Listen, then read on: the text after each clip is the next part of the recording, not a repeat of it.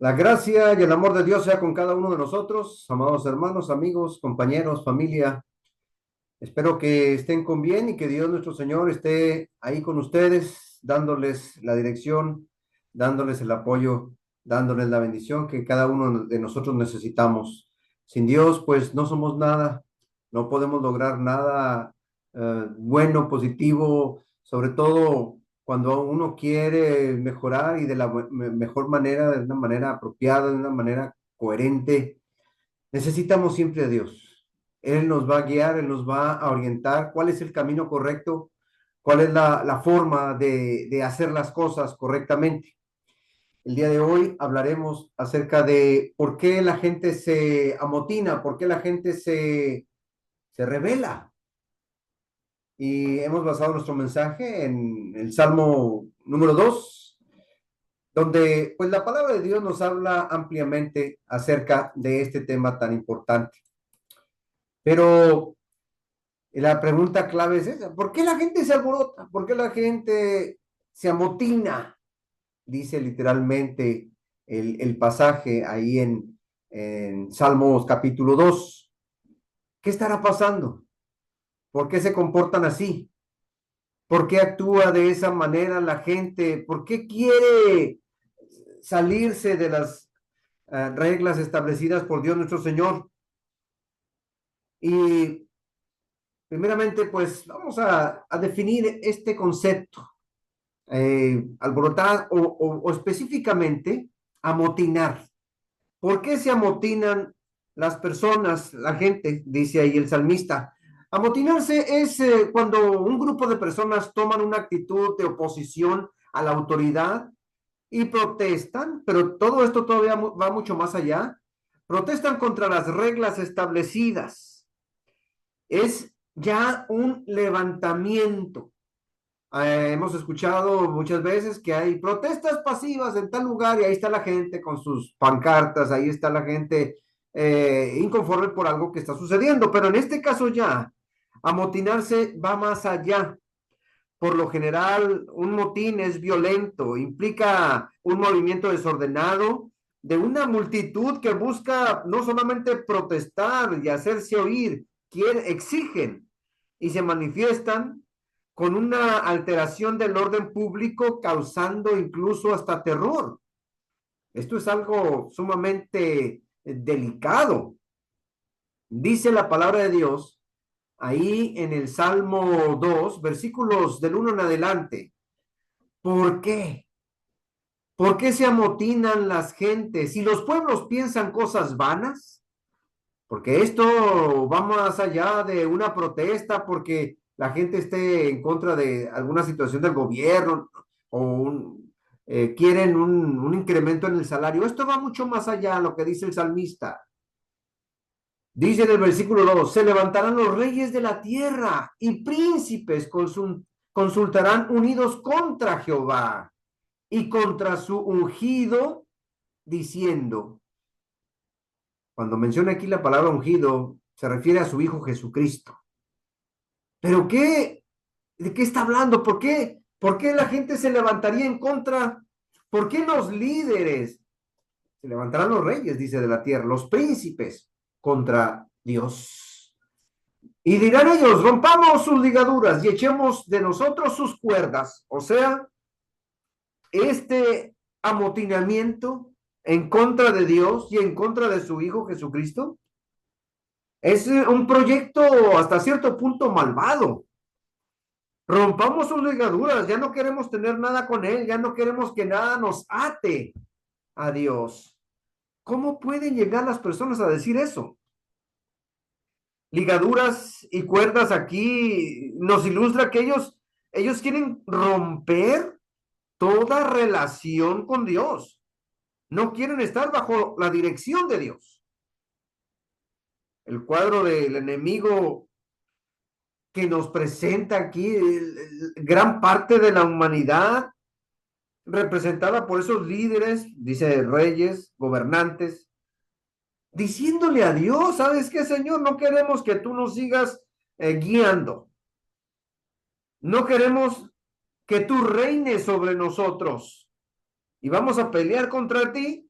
para quitarnos ese dominio. Esta es una actitud que nos muestra cómo está el corazón de muchas personas. Y constantemente, ahora que más se puede con las redes sociales, uno puede investigar acerca de ciertas personas famosas, ciertas personas importantes, y algunas de ellas literalmente han renunciado a seguir creyendo en Dios. No, no han renunciado a una religión, han renunciado a Dios. Y esto es algo delicado. Y esto es algo que desde los tiempos de David se está mencionando, no es algo nuevo. Ya por tiempo muchas personas han decidido alejarse de Dios, pero aquí es no solamente un alejamiento, es un romper completamente. Ya no queremos seguir más. Dice la escritura ahí en el libro de los Hebreos, capítulo 3 versículos 12. Mirad, hermanos, que no haya en ninguno de vosotros corazón malo de incredulidad para apartados del Dios vivo. Cuando una persona tiene esa intención, y se nota ese alejamiento, aquí dice que hay algo malo en el corazón de esa persona. De repente sabemos de personas que están molestas con Dios por algo, pero Dios no está aquí para cumplir nuestros caprichos, hacer nuestra voluntad. No, al contrario, nosotros necesitamos hacer la voluntad de Él, no Él lo que nosotros queramos. Y porque a veces las personas le piden algo a Dios y no se los concede Dios, empiezan muchos a molestarse. Cuidado, cuidado, hermanos, que no haya en ninguno de vosotros un corazón malo de incredulidad para que se aparten del Dios vivo. Esta es la actitud que tenían los líderes judíos contra los discípulos de Cristo cuando los perseguían. Estaban constantemente, ya Jesucristo había hecho su parte, ya no estaba aquí, había elevado los cielos, pero la encomienda se quedó con los apóstoles y seguían aquellos líderes persiguiéndolos. En una ocasión hasta uno de los líderes importantes, un gran maestro, que fue maestro del apóstol Pablo, llegó a decirles, cuidado con lo que quieren hacer, dice allá en el libro de los Hechos, capítulo 5, versículos 38 y 39. En la Nueva Versión Internacional dice así, les dice Gamaliel, aquellos que andaban detrás de los judíos y de los apóstoles, tenían en ese momento capturados ahí a Pedro y a Juan.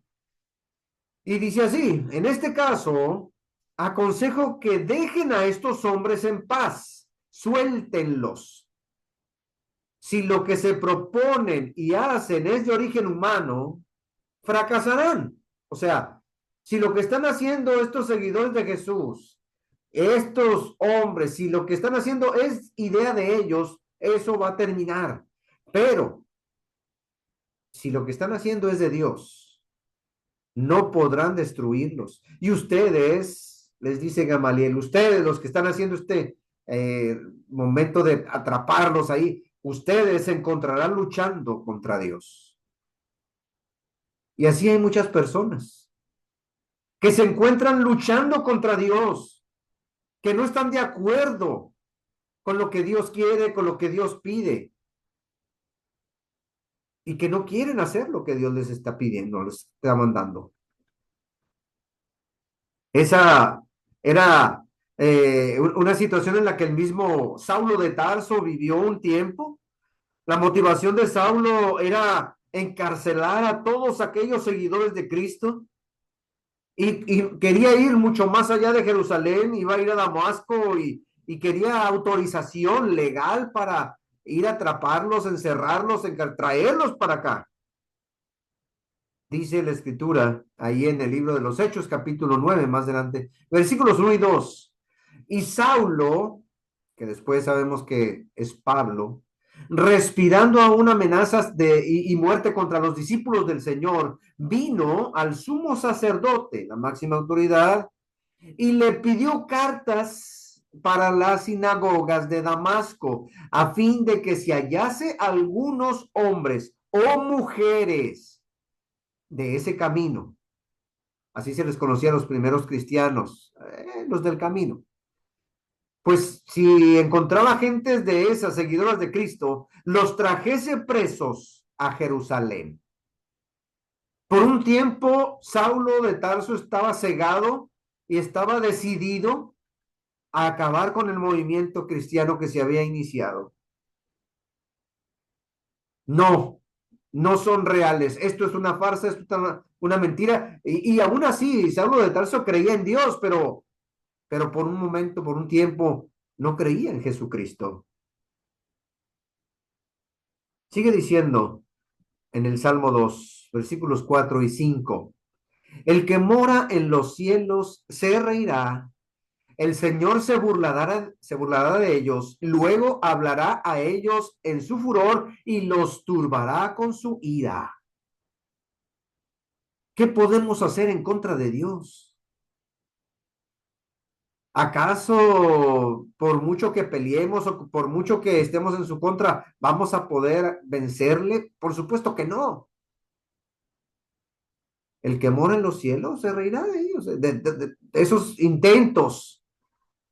Llega Pablo, les dan esas cartas autorizándole que vaya y traiga a aquellos del camino, a aquellos cristianos y los encierre. Y ahí va muy a gusto en el camino a Damasco cuando se le aparece Jesucristo y cae de un caballo y se queda asombrado, se le aparece Jesús en una luz y le dice, Saulo, Saulo, ¿por qué me persigues? Dura cosa te es darte de cosas con un aguijón, o sea, dar de patadas en una lanza. ¿Qué tienes? ¿Qué estás haciendo? Esto es en tu propia contra. ¿Quién eres, Señor? Yo soy Jesús, a quien tú persigues. ¿Qué quieres que haga, Señor? Bueno, ven para allá y allá se te va a decir lo que tienes que hacer. Ahí se le acabó todo a Saulo de Tarso y él mismo se da cuenta que el que está mal, el que está errado, es él, el rebelde es él. Según esto, él se iba a atrapar a todos aquellos revoltosos. No, el revoltoso en este caso sería él. En este salmo es claro que los gobernantes de la tierra se rebelan porque no quieren seguir honrando ni al Padre ni al Hijo. Es por eso que se les advierte, tengan cuidado. Luego hablará a ellos en su furor y les turbará con su ira. Cuidado con lo que quieren hacer, porque si hacen enojar al Señor, les va a ir muy mal. Pueden perecer en el camino. Dios es paciente, sí, pero esa paciencia tiene límite. Uno de los fundamentos del reino de Dios es que Él es creador de todo, como lo explica David también ahí más adelante en el Salmo 24, versículos 1 y 2, dice, de Jehová es la tierra y su plenitud, el mundo y los que en él habitan, porque Él la fundó sobre los mares y la firmó sobre los ríos. Todo lo creado le pertenece a Él, incluyendo nosotros, porque nosotros también somos creación de Él. Escuchamos mucho decir a las personas, no, sí, que yo sé lo que hago, que es mi vida, que es mi cuerpo, que no, Dios es el que te creó y Él es el que decide. Así es que ten cuidado con lo que vayas a hacer. Y como Dios es creador, Dios es soberano sobre la tierra y Él, por lo tanto, ha puesto un rey a cargo, al que le necesitamos dar la honra y la gloria. Dice, volviendo a nuestro salmo inicial, versículos del 6 al 11, yo he puesto mi rey sobre Sión, dice Dios, mi santo monte, yo publicaré el decreto. Jehová me ha dicho, mi hijo eres tú, yo te he engendrado hoy. Pídeme y te daré por herencia las naciones y como pues, posesión tuya los confines de la tierra. Ahora pues, oh reyes, sed prudentes, admitid amonestación y jueces de la tierra, servid a Jehová con temor y alegraos con temblor. Por muy alta posición que tengan, hay un rey que está sobre todos. Por eso a Jesucristo nuestro Señor también se le nombra como el rey de reyes. O sea, el rey que reina sobre los que ya están ahí gobernando. Yo he puesto mi rey sobre Sión, la santa ciudad, que ese rey es Jesucristo. Ese rey que Dios ha establecido es Cristo Jesús. Declara que es su propio hijo. Mi hijo eres tú, dice ahí la escritura. Que le dará el dominio de todas las naciones, dice, todas. Dice a los reyes que sean prudentes, dice a los jueces que sirvan con respeto. Aunque muchos no lo acepten, Cristo es el rey eternamente. Como dice allá en la escritura, su reino no tendrá fin. Ahí en Lucas capítulo 1, versículo 33 dice eso.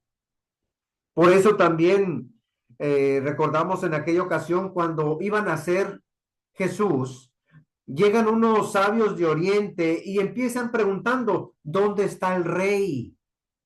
El rey, venimos a adorar al rey de los judíos. Y sabían más esta gente que venía de lejos que los mismos que ahí vivían en Jerusalén. Venimos a adorar al rey. Ah, sí, aquí está Herodes. No, no, no. El rey eterno, el rey que estaba profetizado, refiriéndose a Jesús, el Hijo de Dios. Venían a adorar a ese rey. Ellos ya más adelante y sobre todo ya cuando van a crucificarlo, incluso le ponen ahí en la cruz el rey de los judíos, tal vez a manera de burla. Incluso uno de los requisitos para nosotros lograr ser salvos es reconocer a nuestro Señor Jesús como nuestro Señor, como nuestro Rey. Él es el Señor, dice ahí en Romanos 10, 9. Cuando el apóstol Tomás vio a Jesús resucitado, él lo vio hasta una semana después, porque él no estaba en ese domingo que todos lo vieron. Le dijeron a Tomás, el Señor resucitó, el Señor se levantó. Él dijo, no es cierto, hasta que yo no lo vea y hasta que yo no toque ahí donde estaban las marcas de la lanza y de los clavos. Ya cuando llega ese día, le dice Jesús, aquí estoy, ven, toca y cae de rodillas Tomás y dice, Señor mío y Dios mío, reconociendo a Jesús como su Señor, como su Rey, ahí en Juan 20:28. La escritura nos dice que no somos dueños de nuestro cuerpo. Aunque la gente diga eso, de que yo sé lo que hago, que es mi vida, que es mi cuerpo, no es cierto. Somos creación de Dios y le pertenecemos a Él. Primer carta a los Corintios capítulo 6, versículo 20, dice, porque habéis sido comprados por precio, la sangre de Cristo. Glorificad pues a Dios en vuestro cuerpo y en vuestro espíritu, los cuales son de Dios. Él es nuestro dueño, Él es nuestro rey. Y es algo que la gente, no sé, de repente a veces no quiere aceptar. ¿Cuántas veces no hemos leído ahí en Mateo y la gente todos los días, incluso repitiendo esta oración, Padre nuestro que estás en los cielos, santificado sea tu nombre, dice, venga tu reino. Y donde hay un reino debe de haber un rey. Ese rey es Cristo Jesús. Él es el rey de reyes. Por eso mismo, también menciona ahí en Filipenses 2, 10 y 11, para que en el nombre de ese rey, de Jesús, se doble toda rodilla de los que están en los cielos y en la tierra y debajo de la tierra, y toda lengua confiese que Jesucristo es el Señor, que Jesucristo es el rey, que Jesucristo es al que Dios ha puesto por encima de todos. Es allá en Apocalipsis 19, 16, donde dice que Él es el Rey de Reyes y Señor de Señores. Es por eso que todos debemos doblar esa rodilla, rendirnos ante este Rey. Él obtuvo su corona a través de esa cruz que cargó y por la cual murió. Y no nos referimos a la corona esa que le pusieron burlándose los romanos, no, es una corona que lo posiciona verdaderamente como nuestro Señor. Hay que darle todo a Él, la vida, el hogar, el tiempo, nuestras decisiones, nuestros bienes, todo le pertenece. En el momento en que aquel hombre cobrador de impuestos, Zaqueo, reconoce a Jesús, cuando ya Jesús está en la casa de él, él se rindió completamente a Jesús y dijo, voy a regresar todo lo que le quité a la gente, injustamente, claro, todo lo que me quedé y le voy a devolver aún hasta más. Lo menciona ya en Lucas 19:8. Estamos hablando de esto, porque donde Cristo quiera ser establecido, siempre se van a levantar príncipes para tratar de impedirlo. Líderes, personas entre comillas importantes que quieran impedir que Dios haga su voluntad. Y va a haber personas que entren en conflicto con nosotros, con usted, cuando su fe, cuando su entrega nos acerque mucho más a Dios. Va a haber personas que van a estar en contra de nosotros cuando más queramos nosotros servir a Dios. Esto siempre ha pasado. Es cierto que todos los que quieren llevar una vida ordenada, una vida piadosa conforme a lo que Dios pide, pues van a sufrir persecución. Es algo que Pablo le dijo a Timoteo, allá en la segunda Timoteo capítulo 3 versículo 12. Mira, así son las cosas. ¿Quieres hacer lo correcto? Qué bueno. ¿Quieres quedar bien con Dios? Excelente. Pero siempre va a haber gente que vaya en contra tuya cuando tú quieras hacer lo bueno, lo correcto. Y así nos va a pasar a nosotros. Pero el verdadero evangelio es un evangelio de victoria que nos hace oír la voz del Padre Celestial que dicen, oigan, hey, yo he puesto a mi rey, tienen que oírlo a él. Cuando nuestro Señor Jesús se bautiza, ahí se escucha la voz de Dios que dice, este es mi Hijo amado, él, tienen que escucharlo a él, a Jesús. Fue él el que venció la muerte, fue el que venció al mismo Satanás.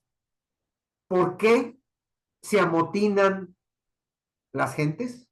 Sencillamente, porque no respetan a Dios, porque no quieren respetar nada de Dios. Por eso la gente se revela. Ya no quiero. En el último versículo del Salmo 2 dice así, honrad al Hijo, para que no se enoje y perezcáis en el camino, pues se inflama de pronto su ira, y bienaventurados todos los que en él confían. Bienaventurado significa bendecido. Significa que Dios nos toma en cuenta. Significa que somos importantes para Él. Pues necesitamos nosotros entender que Dios quiere y pide que le honremos, que le glorifiquemos y sobre todo que aceptemos a su Hijo Jesucristo. Necesitamos no solamente oír, creer, sino hacer lo que nos vino a enseñar. Que Dios nos siga bendiciendo, que Dios nos siga guiando y necesitamos honrar a este Rey maravilloso que Dios ha puesto sobre nosotros, Cristo Jesús. Dios nos bendiga a todos. Nos vemos pronto.